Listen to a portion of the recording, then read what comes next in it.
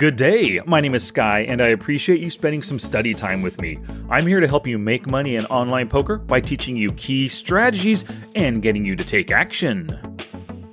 You're in for a great episode today, but before we get to that, I want to say happy early 4th of July, everybody. Or should I say, happy 4th of July lifetime? Yep, lifetime membership to thepokerforge.com will never be lower than it is right now for the 4th of July lifetime sale from now until the 5th of July. This is the cheapest that PokerForge lifetime membership will ever be because the monthly membership is increasing to $69 per month as soon as the sale ends. So, with monthly membership increasing, lifetime will also increase. That is, if I ever decide to offer a lifetime membership again. So join thepokerforge.com with a lifetime membership right now before prices go up next week. Well, let's get to the poker strategy now. This episode, it's a replay of the most popular, the most downloaded episode from 2022, from March 7th of that year. This is Bread and Butter Poker, the number one strategy for increased poker profits. Now, this is a great episode. You're going to love it. I discuss everything about bread and butter poker, how to put yourself in more bread and butter spots. So you've got to listen to it. But I also want you to go to the show notes page, smartpokerstudy.com/pod381. And a couple reasons to go there. First off, basically a transcript of the episode, so the show notes page will help you take notes. But below this first episode on the page, there's actually 2 more episodes that help you dive even further into your database to analyze your bread and butter and non-bread and butter spots. And the second episode down there helps you use bread and butter strategies against the fish. So 3 episodes on this one show notes page. You cannot miss it. Go to smartpokerstudy.com/pod381 to get all this great bread and butter info. Okay, without further ado, let's do this. Gambate! Bob, in all my years of calling games, I don't think I've ever been this excited. You're excited? Feel these nipples. So bread and butter poker is one of the things I learned from Tommy Angelo's book, Elements of Poker. And if you haven't read this one yet, I don't know what you're waiting for. I highly recommend it. It has tons of good strategy. And not just like good poker strategy, but also life strategy stuff, as well as some good mindset information as well. Now, as Tommy Angelo explains it, there are 3 parts to bread and butter poker. Part 1 is you are the pre-flop raiser. Now, this means you have the flop initiative and you can make a c-bet. This also means that you have the best starting hands in your range, and those players that called you, they don't have them. The second part of bread and butter is that you are in position on the flop. Position gives you more information to base your decisions on through the streets. Plus, you can pot control by checking behind, or you can make sure money goes into the pot on every street if you want. And part 3 of bread and butter poker is that you're facing 1 or 2 opponents.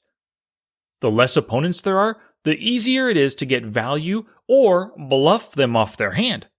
Many weak players who like to call, they see multi-way pots, and that makes those multi-way pots harder to win. And like I mentioned earlier, bread and butter poker applies to any form of hold'em, sit and goes, MTTs, cash games, home games, live or online games as well. Even the tiniest micro stakes up to the biggest stakes available. Now, the most profitable poker players, they hunt for bread and butter situations. And let me tell you one super important thing about this. You cannot hunt, nor can you even stumble into a bread and butter situation if you are calling. Nope, you have to leave your calling ways behind and become more of an open raiser, an isolation raiser, or even a 3-better pre-flop. And when I say leave your calling ways behind, that includes limping and over-limping as well. One critical aspect of hunting for bread and butter is that you're not creating multi-way pots by passively building the pots, which gives other players yet to act better odds on joining the hand. And just think about that for a second. Your call builds the pot and gives better pot odds to everybody remaining in the hand. Sometimes those loose aggressive players, they take the opportunity to make a 3-bet squeeze right over a few callers. But most other players are going to take the opportunity instead to just call and see that flop in a larger pot. This makes for those multi-way hands where it's often very difficult to win unless you hit something really strong or a really good draw on the flop. So let's equip you to head out into the field and hunt some bread and butter. There are 3 things that you need to incorporate into your game and into your mindset to become a more profitable poker player. Let's get to those right now. Thing number 1 that you need to incorporate is to play with a bread and butter mindset. I talk about playing focus sessions where you might be working on one specific strategy at a time. This week, all of your sessions are devoted to making good C-bets, or maybe continuing more often versus C-bets, or bluff 3-betting your opponents as often as possible. You want to focus on one strategy at a time because that's what's really going to ingrain it within your skill set. But it would not be a mistake if you spent every session you play from now on with the sole focus of putting yourself into as many bread and butter situations as possible. It would be like a car salesman. Maybe they know the type of walk-up customer that's most likely to buy a car, and they're always on the lookout for them. So let's just assume it's a man with a nice polo shirt, wearing some slacks, maybe he has an expensive pair of sunglasses on, and his hair is neatly trimmed, right? If the car salesman looks out at the parking lot, and he sees a man that looks like this, and 3 cars down from this person, there's a shabby dressed teenager, it would be a mistake to approach the shabby dressed teenager before that put-together guy. This exact same thing holds true for you on the felt. It would be a mistake for you to do more calling than raising. It would also be a mistake for you to defend your blinds more often than you open raise from the cutoff and the button. It would be another mistake for you to overcall or overlimp into a pot instead of 3-betting or ISO raising. With that bread and butter mindset, you are constantly searching for and putting yourself in the most profitable situation, which, once again, it's in position on the flop as the pre-flop raiser and against 1 or 2 other players. Alright, so the second thing you need to incorporate into your game is to be an aggressive raiser, not a passive caller. I want you to have the attitude of, if it's not worth raising, it's not worth playing. Now, that doesn't mean a hand is never worth calling pre-flop, but it does mean you're always on the lookout for opportunities to raise. And for some of you, utilizing ranges that limit your calls and that require you to open raise or isolate or 3-bet more often, that's a great way to do this, right? You can use my KISS cash game ranges from my book Pre-Flop Online Poker, or you can find ranges from other people, or even develop some of your own ranges. You want your ranges to have you open raising and isolating more from the cutoff and the button than any other position. From the MP and earlier, you want to stay nice and tight, because the more you open from those positions, you just open yourself up to a lot of in-position callers, as well as a lot of 3-betters. And you also want to start 3-betting more frequently in the cutoff and the button, especially against some of those aggressive open raisers. If somebody open raises 25% of the time in the EP, their range is too wide to be profitable when facing 3-bets. So, you should be 3-betting them and putting yourself in a bread and butter spot, should they choose to call. And if they fold a ton instead of calling, that's great. You're going to be picking up that quick and easy 4 big blinds or more with your 3-bets. And if they don't fold a lot versus 3-bets, look for a high fold to C-bet on the flop or possibly the turn, preferably at something like 60% or more. The other important thing about getting in more bread and butter is to limit your calling, especially out of the blinds. Keep those calling ranges extremely tight, and if you choose to call, do it with hands that are ahead of the majority of their raising range. So it's okay to call with ace-10 versus a player who open raises every ace, but it's not okay to call with ace-8 offsuit if they only raise with ace-10 or better. And please keep in mind that when you call in the blinds, you are giving your opponent a bread and butter situation. If you always remember this, you'll find yourself folding more often in the blinds, and that's a great thing, because giving your opponent bread and butter is the same as handing them your chips.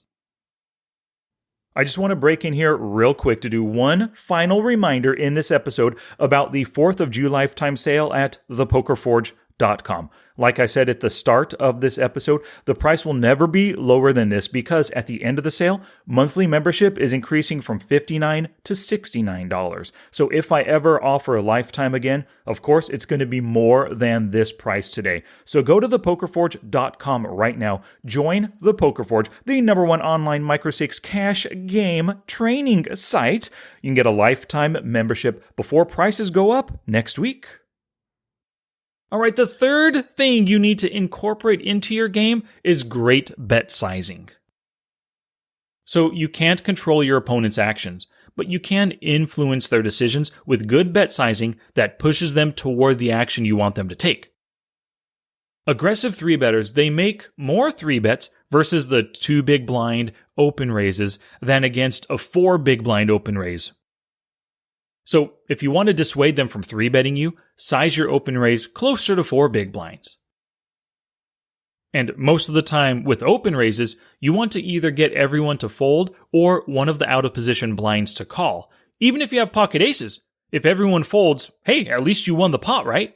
If only one or both blinds call, you've put yourself into a bread and butter situation, and, with pocket aces in this instance.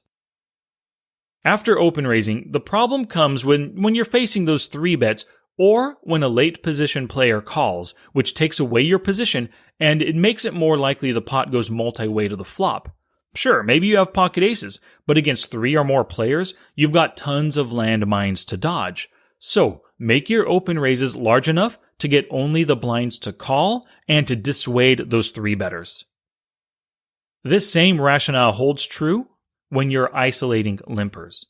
So they limped into the pot, which makes them a weak player. If you've got a hand you want to play heads up against them, ISO raise to a size that will dissuade the rest of the players from calling and from 3-betting. And I've been recommending 6 big blinds plus 1 per limper to accomplish this. And let me tell you, I love making it 9 big blinds against 2 limpers with a hand like ace-10 suited, right? I know that the person who calls this large size after limping, he's got to be one of the weakest players at the table. And my ace-10 suited has great equity against their very weak limp and then calling range. Now, when it comes to 3-bet sizing, always go 9 big blinds or greater at a minimum when you're in position, and 10 to 12 big blinds at a minimum when out of position. You need to make it enough to get everyone to fold or just one player to call. If you make it, for example, 6 big blinds over a min open raise, you've just made it very tempting for those flop-loving fish to call. Your 3-betting hand just built a huge multi-way pot, and that's not bread and butter, especially if somebody called you with position. Challenge! Here's my challenge to you for this episode. Use the strategies that you learned today and strive to put yourself into 100 bread and butter spots this week. I want you to track this in your poker journal. You know, that one that I had you whip out at the beginning of the episode to take notes through the episode? Well, select a fresh page in the journal and at the very top, write these words. I will get bread and butter 100 times this week. And include the dates, right? Now, for every bread and butter spot that you put yourself in, make a little tick mark, 1, 2, 3, 4, and then cross mark 5, or however you do it. Track it for every session this week, and then total it up at the end. And then in next week's episode, I'm going to help you dive into your database to see how profitable this week of bread and butter was. Now it's your turn to take action and do something positive for your poker game. Oh, that's it now. Get out there and be somebody.